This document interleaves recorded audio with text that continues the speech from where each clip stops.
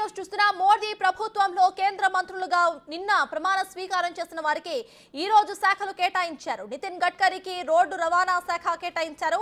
అటు రోడ్డు రవాణా సహాయ మంత్రులుగా అజయ్ టమ్టా, హర్ష మల్హోత్రా వ్యవహరించబోతున్నారు. విదేశాంగ మంత్రిగా జైశంకర్ కే మరోసారి అవకాశం ఇచ్చారు మోదీ.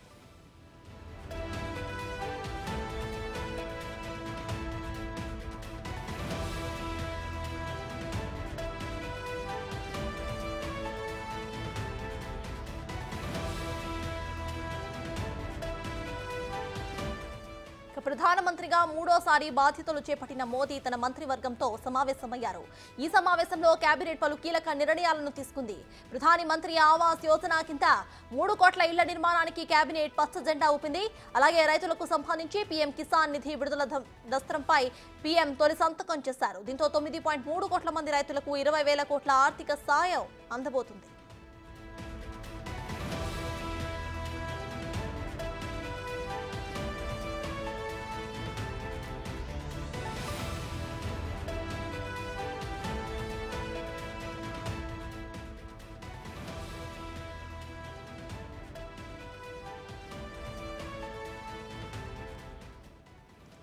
మోదీ ప్రభుత్వంలో కేంద్ర మంత్రులుగా నిన్న ప్రమాణ స్వీకారం చేసిన వారికి ఈ రోజు శాఖలు కేటాయించారు.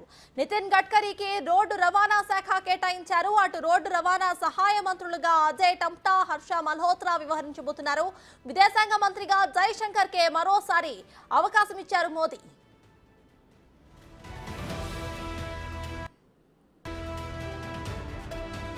ప్రధానమంత్రిగా మూడోసారి బాధ్యతలు చేపట్టిన మోదీ తన మంత్రివర్గంతో సమావేశమయ్యారు. ఈ సమావేశంలో కేబినెట్ పలు కీలక నిర్ణయాలు తీసుకుంది. ప్రధానమంత్రి ఆవాస్ యోజన కింద 3 కోట్ల ఇళ్ల నిర్మాణానికి కేబినెట్ పచ్చ జెండా ఊపింది. అలాగే రైతులకు సంబంధించి పీఎం కిసాన్ నిధి విడుదల దస్త్రంపై పీఎం తొలి సంతకం చేశారు. దీంతో 9.3 కోట్ల మంది రైతులకు 20,000 కోట్ల ఆర్థిక సహాయం అందబోతుంది.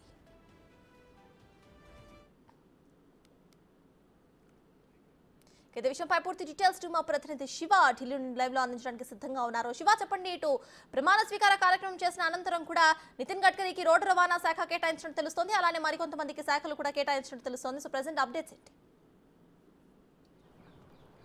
రైట్, ప్రమాణ స్వీకారం చేసిన తర్వాత కేంద్ర మంత్రులు ప్రధాని నరేంద్ర మోడీ నివాసం ఈరోజు తొలిసారి నూతన కేబినెట్ సమావేశం జరిగింది. కొద్దిసేపు క్రితమే కేబినెట్ సమావేశం కూడా ముగిసింది. కేబినెట్ సమావేశం ముగిసిన లోపలనే ఎవరెవరికి ఏ శాఖలు కేటాయించారనే దానిపై కూడా అధికారిక ప్రకటన వస్తుంది. గతంలో ఏదైతే కేంద్రంలో కీలక శాఖలు నిర్వర్తించారో వారందరికీ మళ్ళీ అవే శాఖలను కేటాయించారు. ఇటు రక్షణ శాఖ మంత్రిగా ఉన్న రాజ్నాథ్ సింగ్ మళ్ళీ అదే శాఖను కేటాయించారు. కేంద్ర హోంమంత్రికి ఉన్న అమిత్ షాకు అదే శాఖ, విదేశాంగ శాఖ మంత్రికి ఉన్న జయశంకర్కు మళ్ళీ అదే శాఖ కేటాయించారు.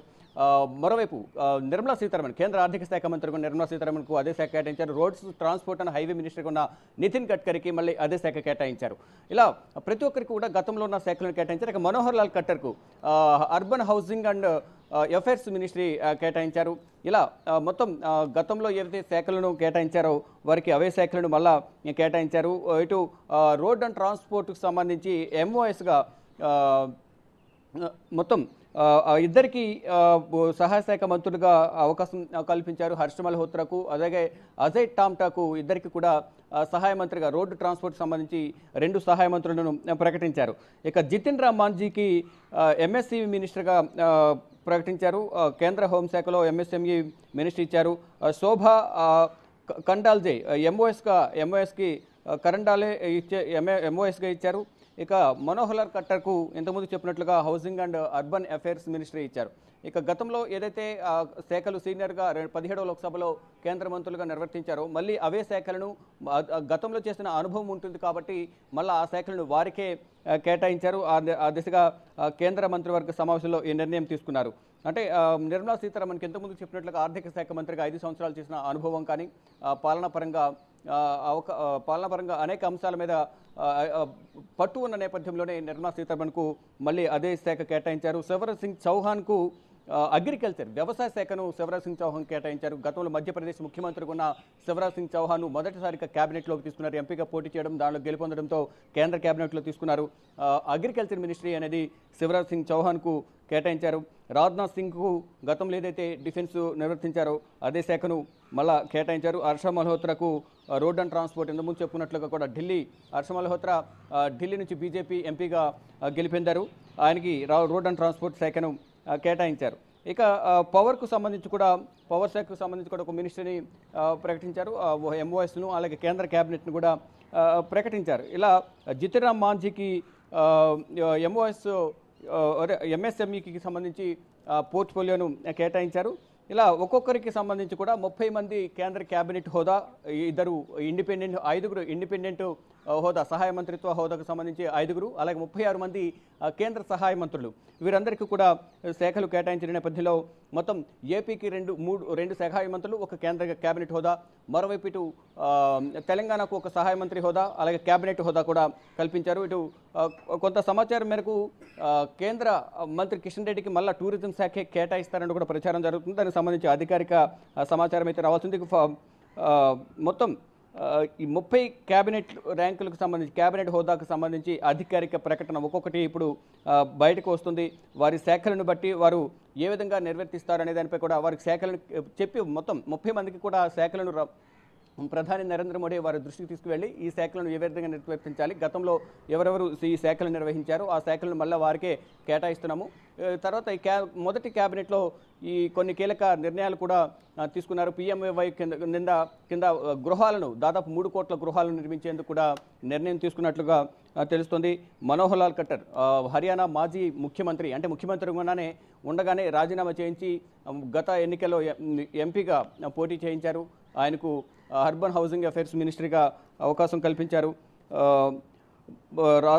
మొత్తం ఈ రాజ్నాథ్ సింగ్ అంటే కొంత మార్పులు చేర్పులు ఉంటాయని కూడా కొంత ప్రచారం జరిగింది. కానీ ఆ ప్రచారాన్ని కూడా తిప్పికొడుతూ గతంలో ఏవైతే వారు శాఖలు కేటాయించారో, ఏదైతే శాఖలను నిర్వర్తించారో గతంలో సమర్థవంతంగా వారందరూ కూడా ఆ శాఖలను నిర్వర్తించిన నేపథ్యంలోనే మళ్ళీ వారికి పట్టం కట్టాలనే ఉద్దేశంతోనే ప్రధాని నరేంద్ర మోడీ వారికి మళ్ళా ఇదే శాఖను కేటాయించినట్లుగా తెలుస్తోంది. మనోహర్ లాల్ ఖట్టర్కి పవర్ సంథింగ్ ఇంకొక శాఖ అనేది కేటాయించినట్లుగా కూడా మనకు అప్డేట్ తెలుస్తోంది. ఇక రూరల్ డెవలప్మెంట్కి సంబంధించి Shivraj Singh gets agriculture and rural development 2 శాఖలను శివరాజ్ సింగ్ చౌహాన్కు కేటాయించారు. ఇక ఎంఓఎస్లు కూడా ఒక్కొక్కరికి వివిధ రాష్ట్రాలకు సంబంధించిన ఎంఓఎస్లు కూడా మొత్తం 36 మందికి సంబంధించి ఎంఓఎస్లు కూడా ఒక్కొక్కరికి కేటాయిస్తున్నారు. ఈ కేంద్ర హోంశాఖకు సంబంధించి కానీ, ఇటు ఫైనాన్స్కు సంబంధించి, విదేశాంగ శాఖకు సంబంధించి, అగ్రికల్చర్, అలాగే మొత్తం ఆరోగ్య శాఖకు సంబంధించి, ఏవియేషన్ కానీ, స్పోర్ట్స్కు సంబంధించి ఈ మినిస్ట్రీలను ఒక్కొక్కరికి సంబంధించి సహాయ మంత్రిత్వ శాఖలను కూడా, అంటే ఎన్డీఏ కూటమి అనేది 22 రాష్ట్రాల్లో ఉన్న నేపథ్యంలో వారందరికీ కూడా శాఖలను కేటాయిస్తున్నారు. ప్రతి ఒక్కరిని ప్రభుత్వంలో భాగస్వామ్యం చేయాలనే ఉద్దేశంతోనే అందరికీ అవకాశం కల్పిస్తూ ఉన్నారు. ఈ అవకాశాన్ని అందరూ సద్వినియోగం చేసుకోవాలి. ఈ 30 మంది మంత్రులు ఏదైతే 100 రోజులు టార్గెట్కు పెట్టుకున్నారో, 100 రోజుల పాలనను ఒక ప్రణాళికను సిద్ధం చేశారు. ఆ ప్రణాళికబద్ధంగా పాలన ముందుకు సాగించాలి అంటే అందరూ సమిష్టిగా పనిచేయాలనే ఉద్దేశంతోనే దీనిలో సీనియర్లందరినీ మళ్ళా ఒకసారి అదే cabinet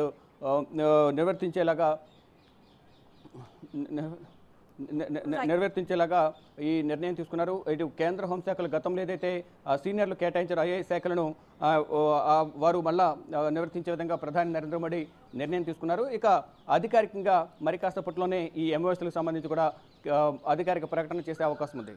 right, thank you Shiva.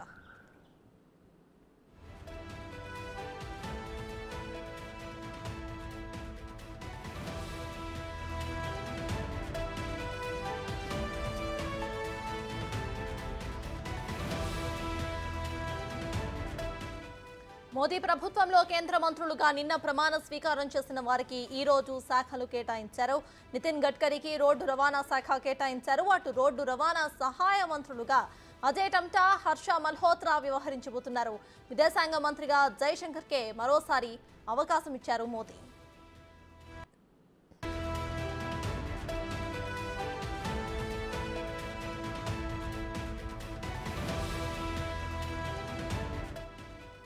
ప్రధానమంత్రిగా 3వ బాధ్యతలు చేపట్టిన మోదీ తన మంత్రివర్గంలో సమావేశమయ్యారు. ఈ సమావేశంలో కేబినెట్ పలు కీలక నిర్ణయాలు తీసుకుంది. ప్రధానమంత్రి ఆవాస్ యోజన కింద 3 కోట్ల ఇళ్ల నిర్మాణానికి కేబినెట్ పచ్చ జెండా ఊపింది.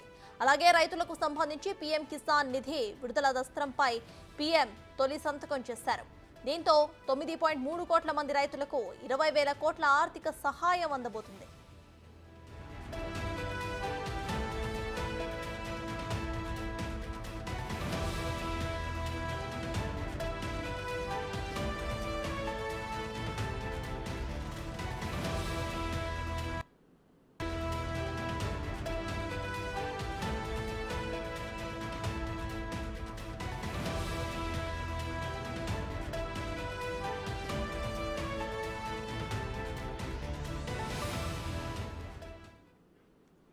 ఇదే విషయంపై పూర్తి డీటెయిల్స్ ను మా ప్రతినిధి శివ ఢిల్లీ నుండి లైవ్ లో అందించడానికి సిద్ధంగా ఉన్నారు. శివ, చెప్పండి, నిన్న కేంద్ర మంత్రులుగా ఎవరైతే ప్రమాణ స్వీకారం చేశారో వారికి వాళ్ళ శాఖలు కేటాయింపు చేసినట్టు తెలుస్తోంది. అయితే ఎన్డీఏ కూటమిలో భాగంగా బీజేపీ శ్రేణులు కాకుండా ఇతర పార్టీల నుండి ఎవరెవరు ఈ కేబినెట్స్ లో చోటు దక్కించుకున్నారో దాని గురించి ఏమైనా అప్డేట్ ఉందా?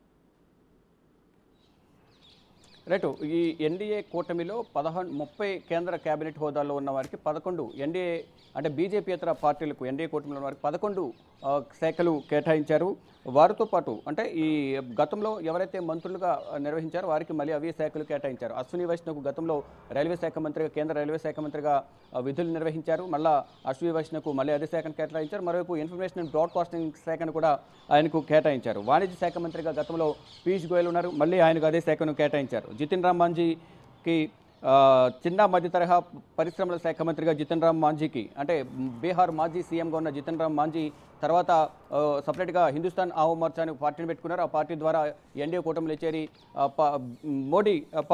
మోడీకి సపోర్ట్ చేస్తున్నారు. దానిలో భాగంగా ఇటీవల జరిగిన ఎన్నికల్లో ఆయన ఎంపీగా ఘన విజయం సాధించారు. ఈ నేపథ్యంలో జితిన్ రామ్ మాంఝీకి చిన్న పరిశ్రమల శాఖ మంత్రిగా అంటే చిన్న మధ్య తరహా పరిశ్రమల శాఖ మంత్రిగా ఆయనకి అవకాశం కల్పించారు. మరోవైపు శివరాజ్ సింగ్ చౌహాన్ ఇంతకుముందు చెప్పినట్లుగా వ్యవసాయ గ్రామీణ అభివృద్ధి శాఖ మంత్రిగా ఆయనకు కేంద్ర కేబినెట్లో చోటు కల్పించారు. అంటే మాజీ ముఖ్యమంత్రి ఇటు మనోహర్ లాల్ ఖట్టర్ కానీ, జితిన్ రామ్ మాంఝీ, మరోవైపు ఇప్పుడు మనం చెప్పుకున్నట్లుగా శివరాజ్ సింగ్ చౌహాన్ వీరందరూగా మాజీ ముఖ్యమంత్రులు ఉన్నారు. వారికి మళ్ళీ దీనిలో అవకాశం కల్పించారు. ఇప్పుడు మనం ఇప్పటివరకు చెప్పుకున్న ఈ పేర్లన్నీ కూడా మొత్తం బీజేపీ పార్టీకి సంబంధించిన ఎంపీలకు సంబంధించినవి. విద్యుత్ శాఖ సహాయ మంత్రిగా శ్రీపాద నాయక్కు కేంద్ర కేబినెట్ హోదా కల్పించారు. ఇలా ప్రతి ఒక్కరికి కూడా గతంలో ఎవరైతే కేంద్ర మంత్రులుగా ఉన్నారో వారికి అవకాశం కల్పించారు. ధర్మేంద్ర ప్రధాన్ కూడా కేబినెట్ హోదా కల్పించారు. ధర్మేంద్రకు హెచ్ఆర్డీ మినిస్టర్ను ధర్మేంద్ర ప్రధాన్కు మళ్ళీ గతంలో ధర్మేంద్ర ప్రధాన్ హెచ్ఆర్డీ మినిస్టర్గా చేశారు. మళ్ళీ అదే శాఖను ఆయన వద్దే ఉంచే విధంగా కూడా నిర్ణయం తీసుకున్నారు.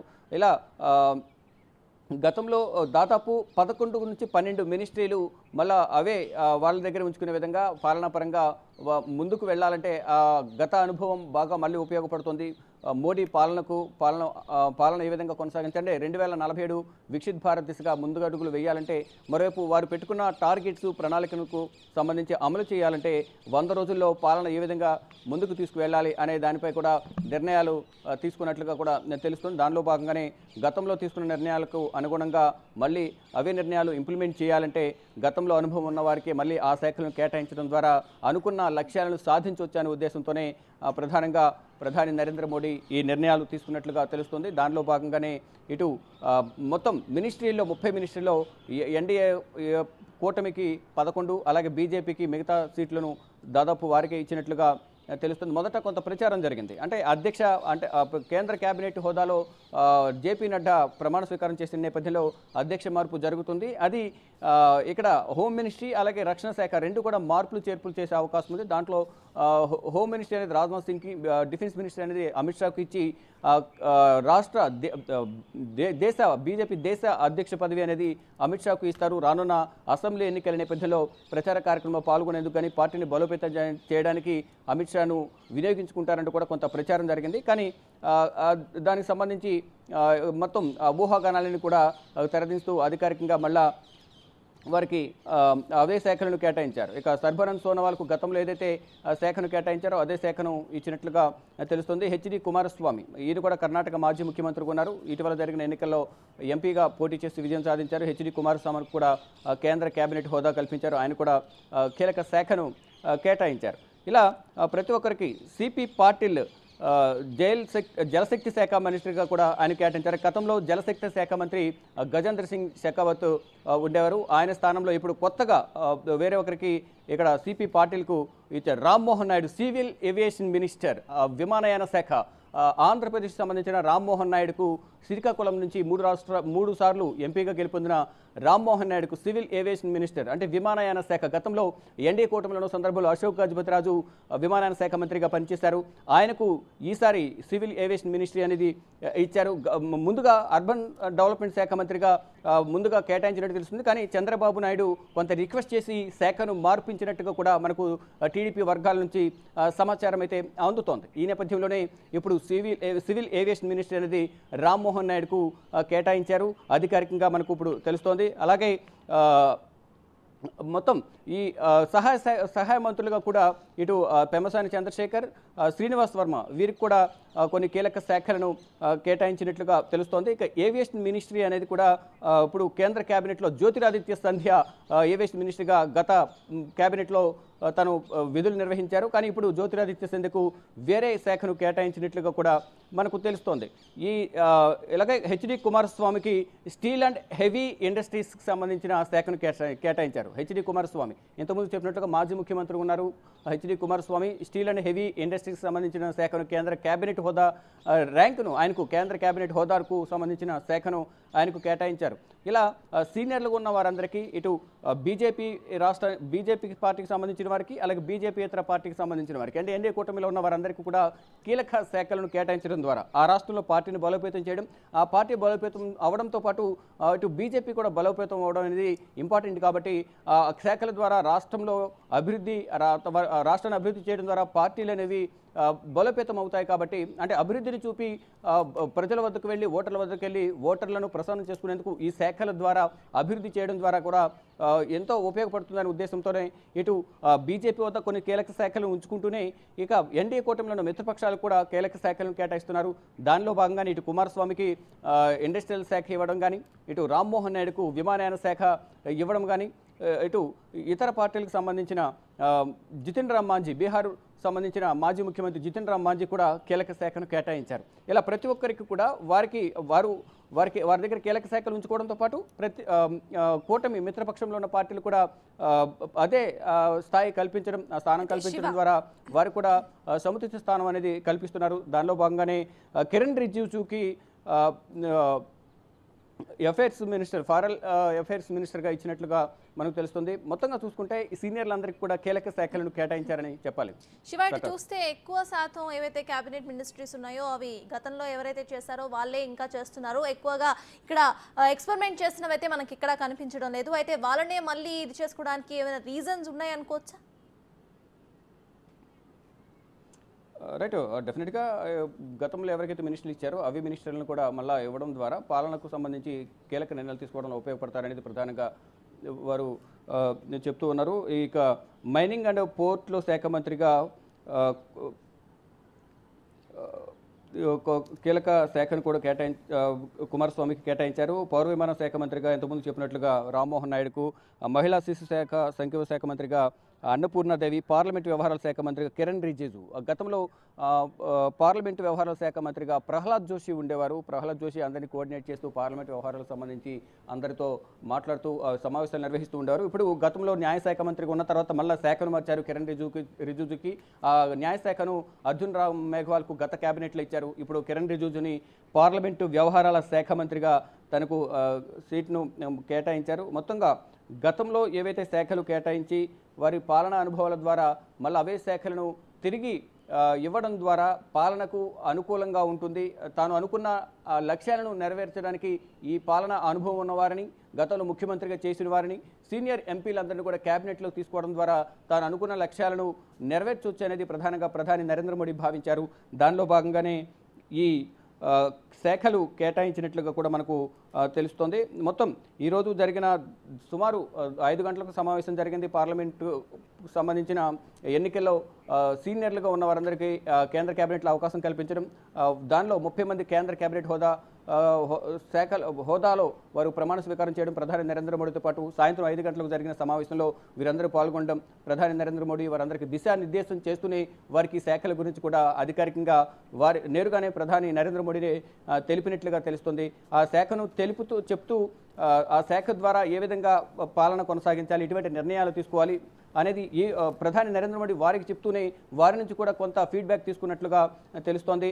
ఇక గజేంద్ర సింగ్ షెకావత్కు కల్చరల్ అండ్ టూరిజం మినిస్ట్రీ ఇచ్చారు. అంటే గతంలో జలశక్తి శాఖ మంత్రిగా ఉన్నారు. అనేక సందర్భాల్లో ఇటు పోలవరం ప్రాజెక్టుకు సంబంధించి ఇటు సీఎం హోదాలో జగన్మోహన్ రెడ్డి, ప్రతిపక్ష హోదాలో చంద్రబాబు నాయుడు కూడా పలుమార్లు పోలవరం ప్రాజెక్టుకు సంబంధించి పలుమార్లు సమావేశమయ్యారు. దానికి సంబంధించి కొన్ని నిధులు విడుదలవ్వడం, ఈసారి మాత్రం ఎన్డీఏ కూటమిలో ఉన్న నేపథ్యంలోనే కేంద్ర ప్రభుత్వ సహకారంతో ఈ పోలవరం ప్రాజెక్టును పూర్తి చేయాలనే ఉద్దేశంతోనే కొన్ని కీలక హామీలను ఇటు ప్రధాని నరేంద్ర మోడీ నుంచి తీసుకున్నట్లుగా కూడా చంద్రబాబు తీసుకున్నట్లుగా సమాచారం అవుతుంది. దానిలో భాగంగానే ముందుగా అర్బన్ డెవలప్మెంట్ అన్నారు, తర్వాత పెమ్మసాని చంద్రశేఖర్కు వాటర్ రిసోర్స్, అలాగే శ్రీనివాస్ వర్మకు ఆర్థిక శాఖ సహాయ మంత్రిగా. దానికి సంబంధించి ఒక్కొక్కరికి సంబంధించి ఇద్దరికి శాఖలకు సంబంధించి రావాల్సి ఉంటుంది. ఇక్కడ Suresh Gopi MOS cultural and టూరిజంకి సంబంధించి కూడా సురేష్ గోపికి ఈ టూరిజం శాఖలో కేంద్ర సహాయ శాఖ మంత్రిగా కూడా అవకాశం కల్పించారు. ఇక ప్రహ్లాద్ జోషికి గతంలో ప్రహ్లాద్ జోషి పార్లమెంటరీ వ్యవహారాల శాఖ మంత్రిగా ఉన్నారు. ఇప్పుడు వేరే శాఖను ప్రహ్లాద్ జోషికి కేటాయించారు. జ్యోతిరాదిత్య సింధికు టెలికాం అండ్ మినిస్టర్ శాఖను కేటాయించారు. గతంలో జ్యోతిరాదిత్య సింధియా ముందు రామ్మోహన్ నాయుడు శాఖకు రామ్మోహన్ నాయుడుకి ఏదైతే శాఖ కేటాయించారో ఏవియేషన్ మినిస్ట్రీ, ఆ శాఖను రామ్మోహన్ నాయుడుకి ఇవ్వడం, ఇటు ఎనర్జీ మినిస్ట్రీను జ్యోతిరాదిత్య సింధియాకు కేటాయించినట్టు తెలుస్తుంది. ఇలా మొత్తం క్యాబినెట్లో ఉన్న మొత్తం అన్ని శాఖలకు సంబంధించి ఒక్కొక్కరికి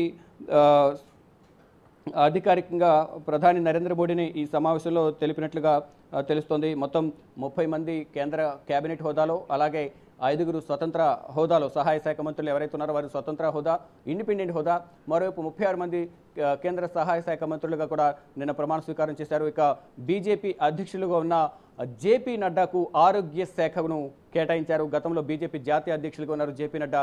ఈ పదవీ కాలం ముగియడంతో ఎంపీగా పోటీ చేశారు. ఇప్పుడు జేపీ నడ్డాకు హెల్త్ మినిస్ట్రీ ఆరోగ్య శాఖను కేటాయించారు. గతంలో మన్సుఖ్ మాండేయ కేంద్ర ఆరోగ్య శాఖ మంత్రిగా ఉన్నారు. కొన్ని శాఖలు మాత్రమే, 2-3 శాఖలు మాత్రమే ఇక్కడ మార్పులు చేర్పులు చేశారు. ఇప్పుడు జేపీ నడ్డాకు కేంద్ర ఆరోగ్య శాఖ మంత్రిగా కూడా అవకాశం కల్పించారు. జ్యోతిరాదిత్య సింధియాకు టెలికాం అండ్ ఎన్ఈ మినిస్ట్రీగా కూడా కేటాయించారు. ఇలా ఒక్కొక్కరికి కొంత సీనియర్లకు అవే శాఖలను ఇవ్వడం, వారికి పాలనాపరంగా పట్టు ఉండడంతో ఆ శాఖలను వారికే ఉంచడం, మరికొంతమంది సీనియర్లు విజయం సాధించడంతో వారిని ప్రభుత్వంలోకి తీసుకుని వారి సేవలను వినియోగించుకునేందుకు యోచించడం కూడా ప్రధాని నరేంద్ర మోడీ యోచించిన నేపథ్యంలోనే ఇక్కడ కొంతమందికి మార్పులు స్థానభ్రంశం కల్పించి మరికొంతమందికి అవే శాఖలను కేటాయించడం ద్వారా పాలన పరంగా అనేక కీలక నిర్ణయాలు తీసుకోవడం కానీ అనుకున్న లక్ష్యాలు నెరవేరడంలో వీరందరూ సహకరిస్తారనే ఉద్దేశంతోనే ప్రధానంగా నరేంద్ర మోడీ ఈ నిర్ణయాలు తీసుకున్నట్లుగా తెలుస్తోంది. స్టాటస్ అంటే శివ, ఇటు చూస్తే ప్రత్యేకంగా ఏపీ టీడీపీ మరియు జనసేన ఈ కూటమి నుండి 3 అయితే అవకాశం ఇస్తా అన్నారు. అట్లానే ఒకరికి ఏవియేషన్ శాఖలో రామ్మోహన్ నాయుడు, ఇక ఇద్దరికి సహాయ శాఖలు ఇచ్చినట్టుగా మీరు చెప్తున్నారు. సో దాని గురించి క్లియర్గా ఒకసారి చెప్పరా? ఏపీకి సంబంధించి ఈక్వేషన్స్ ప్రకారం అంటే 5గురు ఎంపీలు కన్నా ఎక్కువ ఉంటే మాత్రం ఒక కేంద్ర కేబినెట్ హోదా, ఒక సహాయ మంత్రి. దానికి అనుగుణంగానే ఇటు తెలంగాణలోను ఆంధ్రాలోనూ అలాగే కేటాయించారు. ఇక బీజేపీకి ఒక శాఖను అంటే సహాయ మంత్రిత్వ శాఖను కేటాయించారు. ఇప్పటికే రామ్మోహన్ నాయుడుకు ఏవియేషన్ మినిస్ట్రీ అనేది కేటాయించారు కేంద్ర విమానయాన శాఖ మంత్రిగా. ఇది ఆంధ్రప్రదేశ్కు కేంద్ర విమానయాన శాఖ కేటాయించడం ఇది రెండోసారి. గతంలో ఎన్డీఏ కూటమిలోనే భాగస్వామిగా ఉన్న టీడీపీకి గతంలో సీనియర్ ఎంపీ ఎవరైతే ఉన్నారో అశోక్ గజపతిరాజు, ఆయనకు గతంలో కేంద్ర విమానయాన శాఖ మంత్రిగా ఆయనకు ఆ హోదా కల్పించారు. తర్వాత రెండో వ్యక్తిగా రామ్మోహన్ నాయుడు ఈ శాఖను నిర్వర్తించబోతున్నారు. అయితే ఈ శాఖ ద్వారా రాష్ట్రానికి కూడా, ఆంధ్రప్రదేశ్ రాష్ట్రానికి గన్నవరంలో ఎయిర్పోర్ట్ ఉంది కాబట్టి వైజాగ్ అలాగే రాజమండ్రి అలా ఈ విమానయాన రంగానికి సంబంధించి కూడా కొన్ని పెట్టుబడులు రావడం ద్వారా కూడా అంటే ఆ కంపెనీలు విమానానికి సంబంధించి తయారీ పరికరాలు, విడి పరికరాలు ఏవైతే ఉంటాయో దానికి సంబంధించి కంపెనీలు రావడం ద్వారా ఉద్యోగం అనేది, నిరుద్యోగం ఎవరైతే ఉన్నారో వారికి ఉద్యోగ అవకాశాలు ఎక్కువ ఉంటాయనే ఉద్దేశంతోనే ఈ శాఖను కూడా చంద్రబాబు రిక్వెస్ట్ చేసి తీసుకున్నట్టు తెలుస్తుంది. దీని ద్వారా ఉద్యోగాలు కల్పించడంతో పాటు ఇటు రాకపోకల ద్వారా కూడా అంటే విమానయాన రాకపోకల ద్వారా ప్రయాణికుల రద్దీ ఎక్కువ ఉంటుంది. దాని ద్వారా కూడా రాష్ట్రానికి సంబంధించి పెట్టుబడులు పెట్టేవారు కూడా ఎక్కువగా వచ్చే అవకాశం ఉంటుంది. ఆ నేపథ్యంలోనే ఈ విమానయాన శాఖను తీసుకున్నట్టు తెలుస్తుంది. Hardeep Singh puri petroleum and ministry శాఖను కేటాయించారు. హర్దీప్ సింగ్ పూరికి గతంలో అర్బన్ డెవలప్మెంట్ మినిస్ట్రీగా కూడా హర్దీప్ సింగ్ పూరి ఉన్నారు. ఇప్పుడు పెట్రోలియం శాఖను హర్దీప్ సింగ్ పూరికి కేటాయించారు. అంటే ప్రతి ఒక్కరిని కూడా గతంలో సీనియర్లుగా ఉన్న ప్రతి ఒక్కరికి కూడా కొంత వెసులుబాటు కల్పిస్తూ వారి సేవలను వినియోగించుకుంటూనే కొత్త వారికి అవకాశం కల్పిస్తూ కొన్ని శాఖలను మార్పులు చేర్పులు చేస్తూ ప్రధాని నరేంద్ర మోడీ తన టీంను 3.0ను సిద్ధం చేసుకున్నారు. దానిలో భాగంగానే హర్దీప్ సింగ్ పూరికి సంబంధించిన శాఖను కూడా చేంజ్ చేశారు. శాఖను వేరే వారికి కేటాయించడం, హర్దీప్ సింగ్ పూరికి ఇప్పుడు పెట్రోలియం శాఖను కేటాయించారు. పెట్రోలియం మినిస్ట్రీని కేటాయించడంతో ఆయన శాఖకు సంబంధించి కొంత అవగాహన ఉన్న నేపథ్యంలోనే హర్దీప్ సింగ్ పూరికి ఈ శాఖను కేటాయించారనే సమాచారం అయితే ఉంది. ఇక గిరిజా సింగ్ టెక్స్టైల్ మినిస్ట్రీగా గిరిజా సింగ్కు కేటాయించారు. ఇలా ప్రతి ఒక్కరికి కూడా వారి వారి అంటే ఎక్స్పీరియన్స్ కానీ కొంతమంది దీంట్లో ఎడ్యుకేషన్కి సంబంధించి కూడా కొంతమంది న్యాయశాస్త్ర నిపుణులుగా డిగ్రీ పట్ట పొందినారు. కొంతమంది పీజీ డిగ్రీ చేసిన వాళ్ళు ఉన్నారు. వారి ఎడ్యుకేషన్ పరంగా కూడా కొన్ని కీలక శాఖలను వారికి కేటాయించినట్లుగా ప్రధాని నరేంద్ర మోడీ అటువంటి వారికి కూడా పట్టం కట్టినట్లుగా కూడా తెలుస్తుంది. దానిలో భాగంగా గిరిజా సింగ్కు టెక్స్టైల్ మినిస్ట్రీ ఇచ్చారు. ఇలా జేపీ నడ్డాకు హెల్త్ మినిస్ట్రీ, గతంలో పదవులు నిర్వహించిన అమిత్ షా కానీ, మరోవైపు నడ్డా, రాజ్నాథ్ సింగ్, అలాగే మరోవైపు కేంద్ర ఆర్థిక శాఖ మంత్రి నిర్మలా సీతారామన్ వీరందరికీ అవే శాఖలు కేటాయించడం ద్వారా గతంలో చేసిన పాలనా అనుభవం అనేది తన ఆలోచనలకు మ్యాచ్ అయ్యే విధంగా ప్రధాని నరేంద్ర మోడీ తన టీంను సిద్ధం చేసుకున్నారు. ఈ 30 మందిలో దాదాపు 19 మంది బీజేపీ వాళ్ళు ఉండడం, అందులోనూ దాదాపు 10 నుంచి 11 శాఖలు గతంలో నిర్వర్తించిన వారు ఉండడం, మళ్ళా సీనియర్లకు ఆ శాఖలను మార్పులు చేసిన నేపథ్యంలో మరికొంతమందికి ఆ సీనియర్లకు ఇచ్చినట్లుగా తెలుస్తోంది. ఈ శాఖల ద్వారా మొత్తం ఈ 100 రోజుల పాలన ఏ విధంగా కొనసాగించాలి, ఆ 100 రోజుల పాలన లక్ష్యాలేంటి, ఆ ప్రణాళిక ఏంటి అనే దానిపై కూడా ఈరోజు జరిగిన ప్రధాని నరేంద్ర మోడీ నివాసంలో జరిగిన కేంద్ర కేబినెట్ తొలి సమావేశంలో కొన్ని నిర్ణయాలు తీసుకున్నారు. దాన్ని ఇంప్లిమెంట్ చేయడానికి కావాల్సిన సూచనలు కానీ ప్రణాళికను కానీ ఒక ప్రణాళికబద్ధంగా ముందుకు వెళ్ళాలి. 100 రోజుల పాలన సుభిక్షమైన పాలన అందించడం ద్వారా ప్రజల సంబంధించి ఆలోచనలకు అనుగుణంగానే ప్రజల మన్ననలను చూరగొనాలి అనే ఉద్దేశంతో ఈ పాలన కొనసాగాలి అనే ఉద్దేశంతో ఈ సమావేశం నిర్వహించి వారికి కీలక సూచనలు చేసినట్లుగా తెలుస్తోంది. దానికి అనుగుణంగానే ఈ శాఖల కేటాయింపు కూడా చేశారు. ఇటు ఏపీకి 3, అలాగే తెలంగాణకు 2, ఇక కొన్ని రాష్ట్రాలకు ఒక్కొక్క శాఖను కేటాయించారు.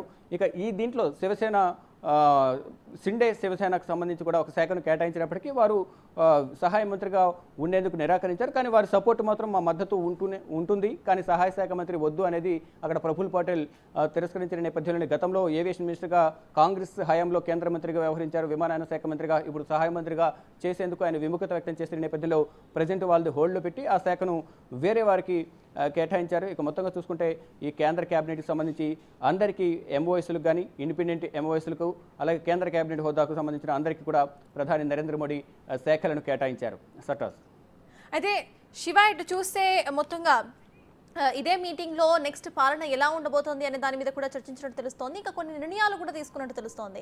సో ఆ నిర్ణయాలకు సంబంధించిన అప్డేట్స్ ఏమైనా వచ్చాయి?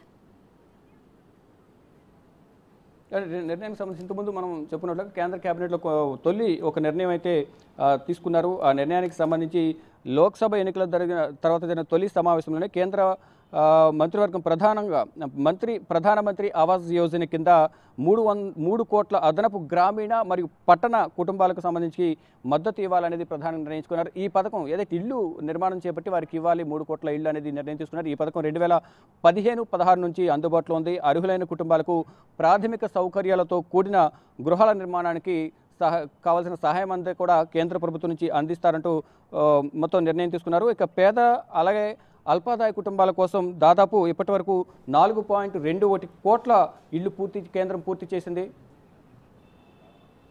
చేసిన నేపథ్యంలో వీటితో పాటు మరికొన్ని కీలక నిర్ణయాలు తీసుకున్నట్లు తెలుస్తుంది. మొత్తంగా ఈ కేబినెట్లో నిర్ణయాలు తీసుకోవడంతో పాటు 100 రోజుల పాలనకు సంబంధించి కూడా ఈ కేబినెట్ సమావేశంలో కొన్ని సూచనలు ప్రధాని నరేంద్ర మోడీ కేంద్ర మంత్రులకు సూచించారు. కొన్ని నిర్ణయాలు తీసుకున్నారు. ఇక ఇప్పుడు వారందరికీ కూడా అధికారిక శాఖలను కూడా కేటాయించారు. పాలన పరంగా తీసుకోవాల్సిన నిర్ణయాలపై కూడా వారికి దిశానిర్దేశం చేసినట్లుగా తెలుస్తోంది. సట్టర్స్ రైట్, థ్యాంక్ యూ శివ.